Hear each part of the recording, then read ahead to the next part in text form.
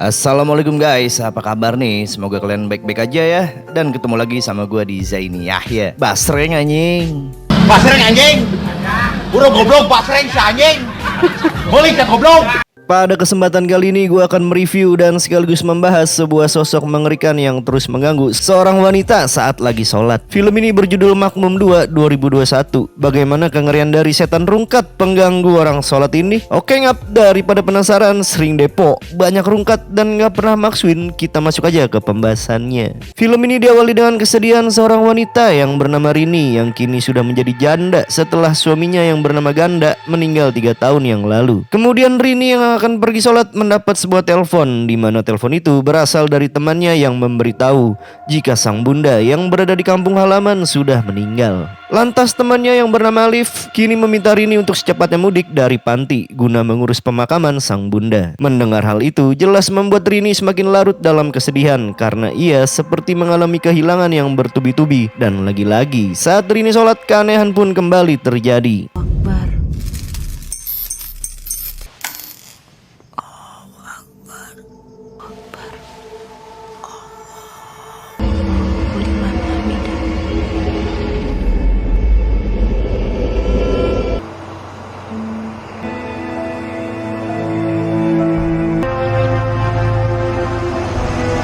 Singkat cerita, dengan menaiki mobil elf, Rini pun membawa anaknya yang bernama Hafiz untuk mudik ke kampung halamannya. Kemudian Hafiz yang ripuh sudah tidak mampu menahan gejolak muntah. Selang beberapa saat, Rini dan Hafiz pun menggunakan ojek ngap lebong untuk sampai ke desanya yang terpencil.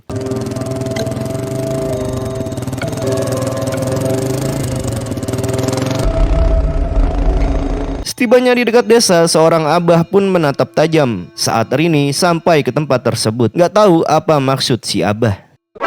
Nani? Omae wa mou shindeiru.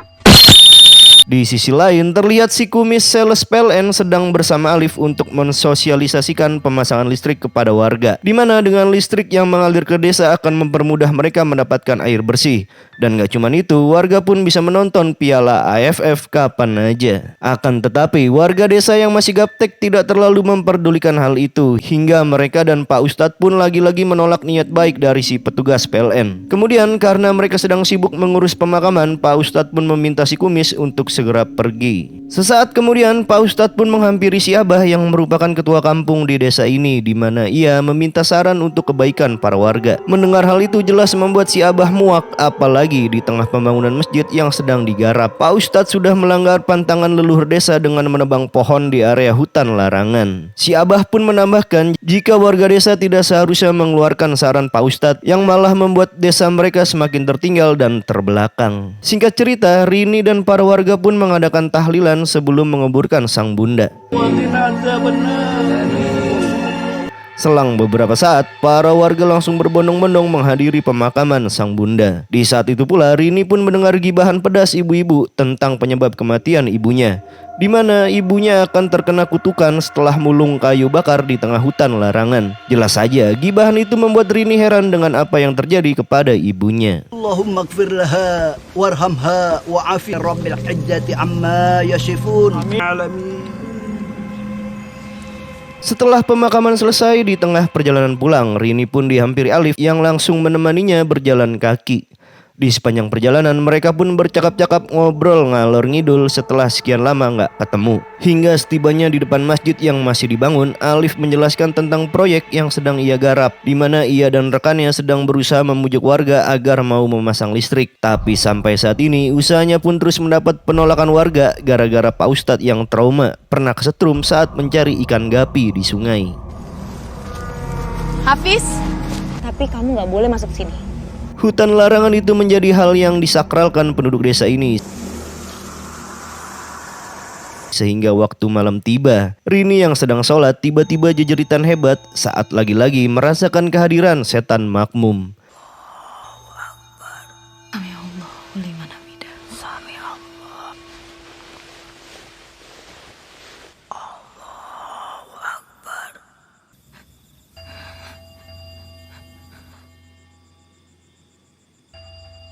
Di tengah kepanikan, Rini yang mendengar suara Hafiz mengobrol segera menuju kamar anaknya.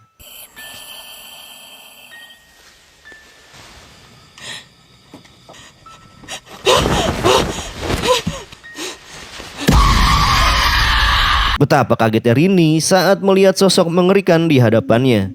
Dirasa ada yang gak beres, Rini yang khawatir segera pergi ke kamar anaknya.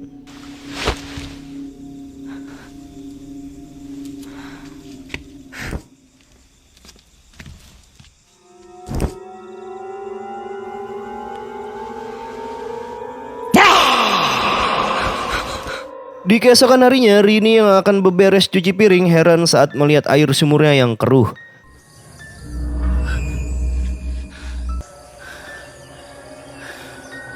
Lagi-lagi teror mengerikan itu pun terjadi. Hal itu pun sontak membuat Rini panik dan merasakan sebuah firasat buruk. Di sisi lain, Pak Ustadz dan mandor yang bernama Najib heran saat melihat retakan besar di tembok masjid yang sedang dibangun. Padahal Najib dan tim bedah kampung sudah menggunakan bahan terbaik untuk pembangunan masjid. Saat hari mulai gelap, Pak Ustadz yang melihat cucu dan para bocil masih bermain langsung meminta mereka untuk segera pulang daripada entar digondol kolong wewe. Di saat itu pula, Hafiz melihat sosok bocil pengkor menuju hutan larangan. Namun saat Hafiz memanggilnya, si bocil bernama Iwan langsung meminta Hafiz membiarkan si pengkor pergi. Sebenarnya siapakah si pengkor ini?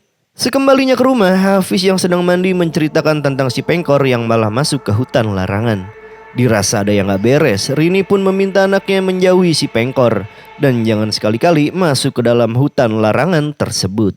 Assalamualaikum warahmatullahi wabarakatuh. Saat yang lain sedang sholat, anehnya si pengkor malah cabut pelangak-pelongok di teras musola. Hingga seusai sholat, Hafiz yang penasaran segera mengikutinya.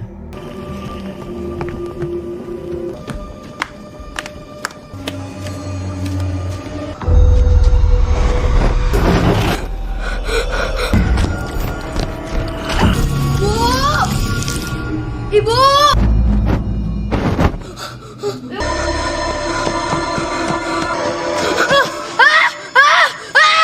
Selang beberapa saat, Rini pun langsung panik saat temannya yang bernama Lastri memberitahukan jika Hafiz ditemukan dalam keadaan pingsan. Hafiz! Tan. bangun, Nak. Ayo Hafiz. Singkat cerita, melihat Hafiz yang ketakutan dan mewek pengen cepat pulang, Rini pun berencana pulang ke kota lebih cepat. Di keesokan harinya, saat Rini menunggu jemputan Alif untuk mengantarnya ke perempatan, Rini pun meminta Hafiz bermain dulu daripada bete kelamaan nunggu. Sesaat kemudian, Hafiz dan teman-temannya pun mulai bermain di dekat proyek pembangunan masjid. Di saat itu pula, bocah yang gak jelas asal-usulnya ini pun ikut-ikutan mulu dalam permainan.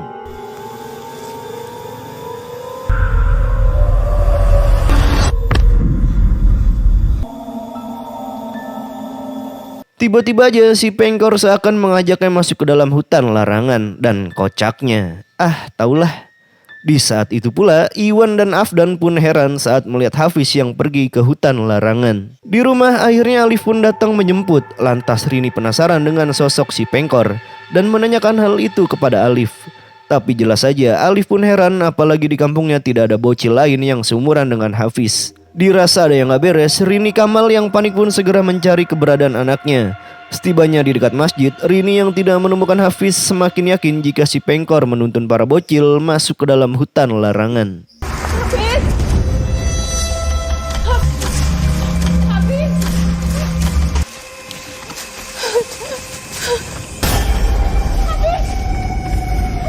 Setelah trekking terabas santuy, Rini pun melihat para bocil pingsan di atas batu. Aduh, lubang apa ini sih? Sesaat kemudian Alif bersama rombongan warga pun berdatangan dan segera mengevakuasi para bocil. Selang beberapa saat, para bocil yang kesurupan pun langsung diruqyah. Namun di tengah prosesi, kocaknya lagi Rini malah meminta Alif untuk membawa anaknya pulang.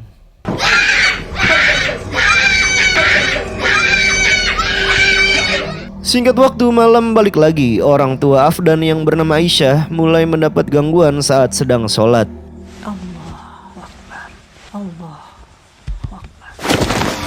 Lalu sama halnya dengan Aisyah, Lastri pun mengalami teror yang sama. Allahu Akbar. Begitupun dengan Rini, saat ia sholat, Hafiz yang tersadar pun melihat sosok setan tersebut ikut sholat. Seusai sholat, tiba-tiba Rini mendengar suara pintu digedor keras.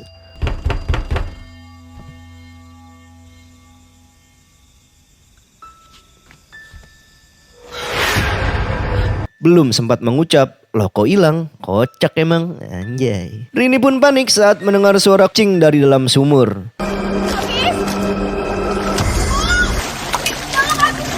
Pegang ini, Fis.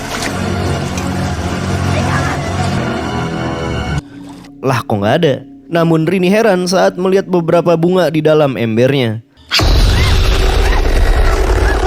Setelah shock bikin kaget, tiba-tiba si bocil Hafiz sempoyongan keluar dari dalam rumahnya. Nggak manuk akal sih ini. Di keesokan harinya, setelah keanehan yang ia alami, Rini pun mendatangi Lastri dan mengajaknya untuk mencari keberadaan si Pengkor yang dirasa menyebabkan anak-anak mereka menjadi kesurupan. Akan tetapi Lastri tidak percaya dengan keberadaan si Pengkor yang dirasa hanya sosok khayalan dari imajinasi anak-anak mereka saja. Kemudian scene beralih ke Rini yang sedang pelangak-pelongo di hutan larangan. Di tengah kebingungan, ia pun mendekati sebuah lubang aneh yang ada di hutan tersebut. Di saat itu pula, bagaikan menyoraki panjat pinang Agustusan, para warga menyemangati Hafiz yang menaiki pohon keramat.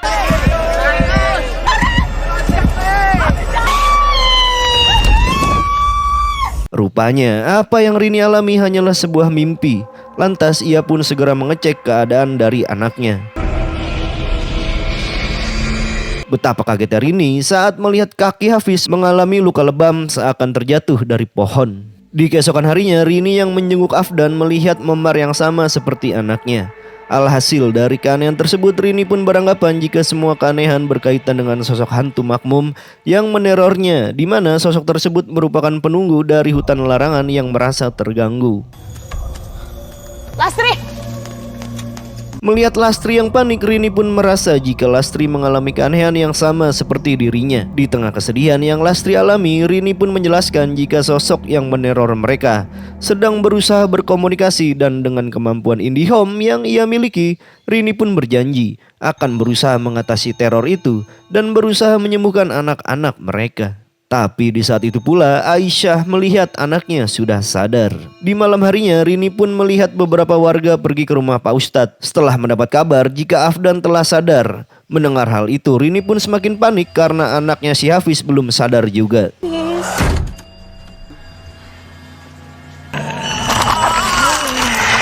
Tanpa Rini sadari, sosok hantu makmum tengah menindih tubuh si Hafiz.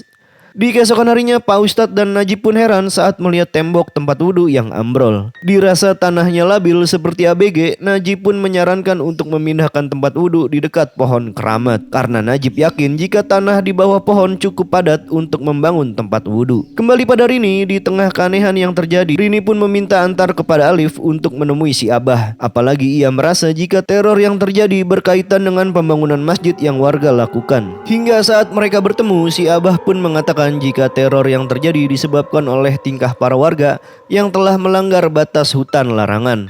Apalagi menurut kepercayaan sesepuh, warga desa akan mengalami petaka jika mengambil bagian dari hutan larangan. Dan menurut si Abah, hal itu pula yang menyebabkan kematian ibunya Rini yang nekat mulung kayu bakar di area hutan larangan.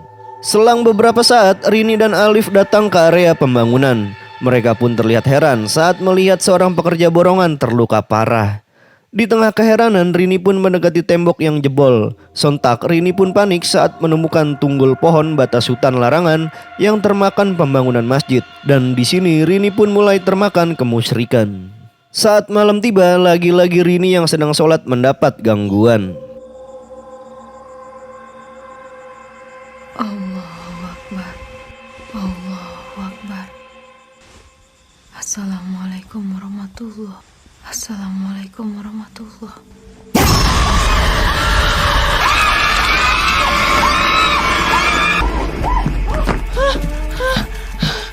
Di tengah kepanikan, Rini pun berhasil kabur dari kejaran sosok tersebut. Tak cuman itu, tiba-tiba Rini melihat Hafiz dikerubungi lalat.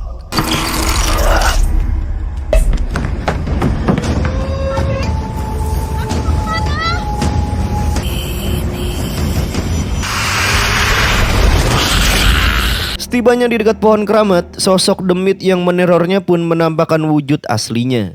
Di saat itu pula Rini pun shock saat melihat Hafiz mendekati sosok itu dan mulai berubah. Namun tanpa Rini sadari jika sosok yang ia lihat adalah si Pengkor yang menyamar sebagai anaknya. Sesaat kemudian Alif dan Pak Ustadz mendengar teriakan. Rini pun segera menghampirinya dan memberitahu jika sosok yang ia lihat bukanlah anaknya. Sekembalinya ke rumah, Rini pun mengungkapkan jika ia tengah terkena tipu muslihat oleh si Demit, di mana si Demit berusaha mengambil Hafiz dan anak-anak lain untuk dijadikan tumbal. Saat tengah malam, Rini kembali mengalami teror dari si Demit.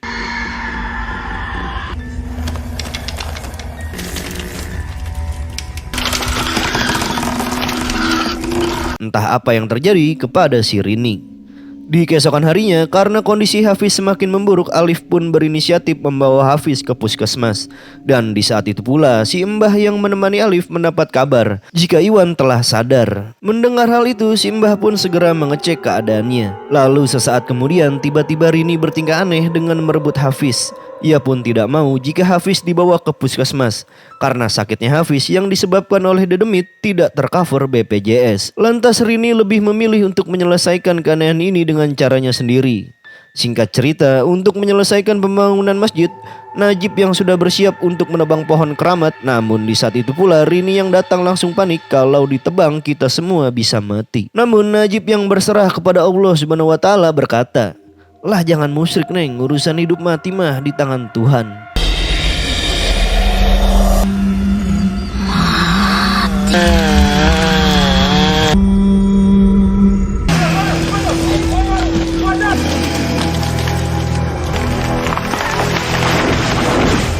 Nah, hingga setelah pohon keramat ditebang, hal tak terduga pun terjadi. Saat itu juga Hafiz tiba-tiba sembuh dan datang ke tempat tersebut. Makanya jangan musyrik neng, anjay. Tapi dari kejadian tersebut justru hal aneh pun malah terjadi kepada Rini, sehingga waktu malam pun kembali. Saat Najib dan bapak-bapak ngobrol di pelataran masjid, tiba-tiba Najib melihat Rini datang bersama Hafiz.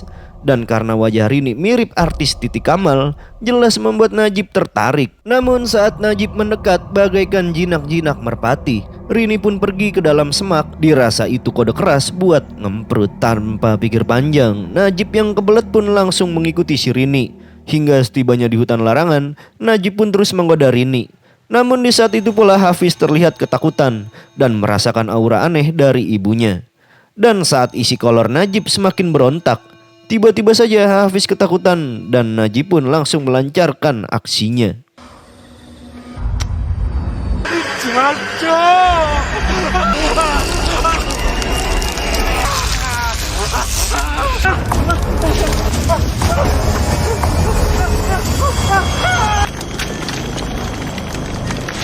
Malang sekali, meski Najib tauhidnya kuat, tapi karena iman Najib lemah terhadap wanita, alhasil Najib pun harus berakhir di dasar jurang. Di sisi lain, ternyata Rini yang asli sedang melakukan tahlilan. Dengan wajah yang aneh, tiba-tiba Rini panik saat mendengar suara teriakan anaknya. Hafiz! Hafiz di mana? Hafiz mana Hafiz? Hafiz! Sementara itu Hafiz yang ketakutan berusaha cepatnya keluar dari hutan, tapi tiba-tiba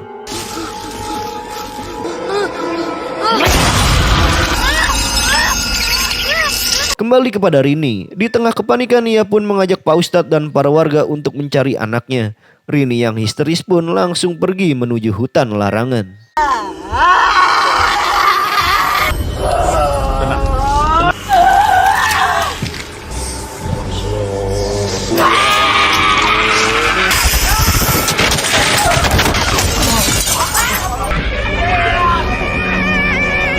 Kembali kepada Hafiz, di tengah pelarian, tiba-tiba ia bertemu dengan Alif yang mendengar teriakannya. Di tengah kepanikan Hafiz, Alif pun segera mengajaknya kembali ke kampung. Tapi di tengah perjalanan, mereka pun heran saat bertemu rombongan warga yang sedang mencari Rini. Alhasil, Hafiz dan Alif pun ikut dalam pencarian.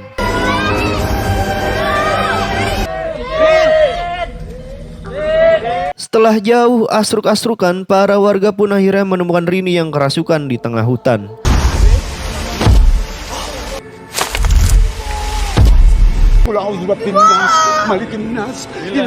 Si Mbah pun berusaha meruqyah Rini yang kesurupan. Tapi tiba-tiba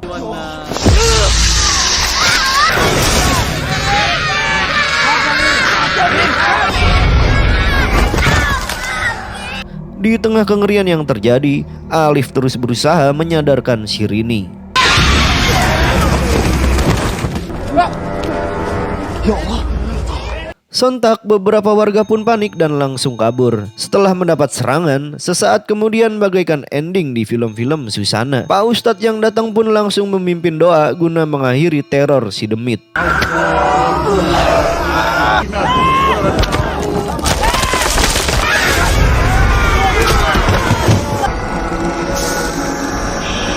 Saat keanehan semakin terjadi, para warga pun kembali melanjutkan doa yang sempat terputus.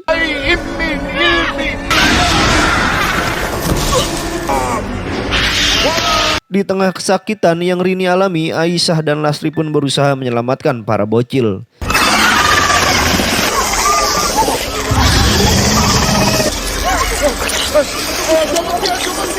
Lalu tiba-tiba mulut Rini malah mengeluarkan laler hijau yang langsung menyerang para warga. Sementara itu si Mbah langsung membopong Alif yang terluka.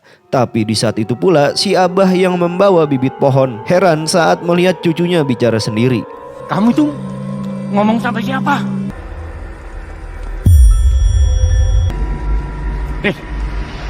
Rupanya si demit yang menyamar sebagai Simbah berusaha menuntun Alif ke arah jurang. Tapi untungnya si Abah berhasil menyelamatkan si Alif. Sesaat kemudian si Abah pun bersama Alif membawa bibit pohon guna mengakhiri teror dari si demit. Kembali kepada Rini. Kali ini doa Pak Ustadz dan para warga pun berhasil memojokkan si demit.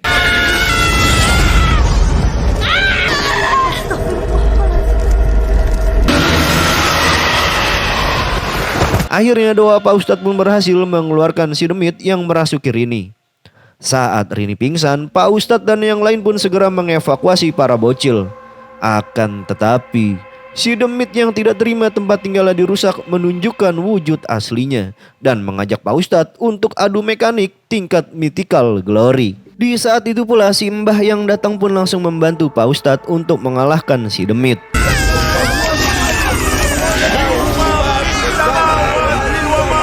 Sementara itu, si Abah dan Alif segera menanam pohon pengganti ke dalam lubang aneh yang ada di tempat tersebut.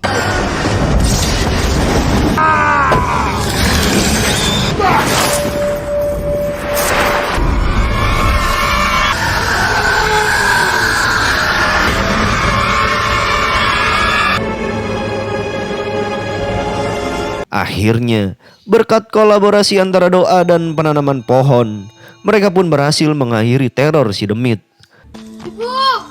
Ibu bangun. Singkat waktu, scene berlanjut pada narasi yang Rini ceritakan tentang sejarah desa ini, di mana menurut warga para sesepuh, desa ini berdiri di tengah-tengah hutan larangan. Namun mereka membuat perjanjian untuk membagi wilayah desa dan memisahkan para demit untuk tinggal di hutan larangan. Makanya saat ada yang melewati batas, para demit itu seperti tidak terima dan mengganggu para warga. Tapi ya itu menurut kepercayaan masing-masing ya. Semua itu demi kepentingan pembangunan masjid. Hingga setelah beberapa bulan berlalu, kini Pak Ustadz dan warga pun mulai menerima tawaran pemasangan listrik dan telah menyelesaikan pembangunan masjid. Hingga saat Rini akan kembali ke kota, kemarau panjang di desa itu pun berakhir seiring dengan giatnya para warga beribadah di masjid yang baru. Lalu film pun sudah selesai. Bagaimana Ngap? Cukup menghibur kan ya? Lumayan lah ya. Oke Ngap, anjay. Terima kasih nih buat yang sudah menonton dan sampai jumpa di video selanjutnya. Wassalam Ngap. Anjay.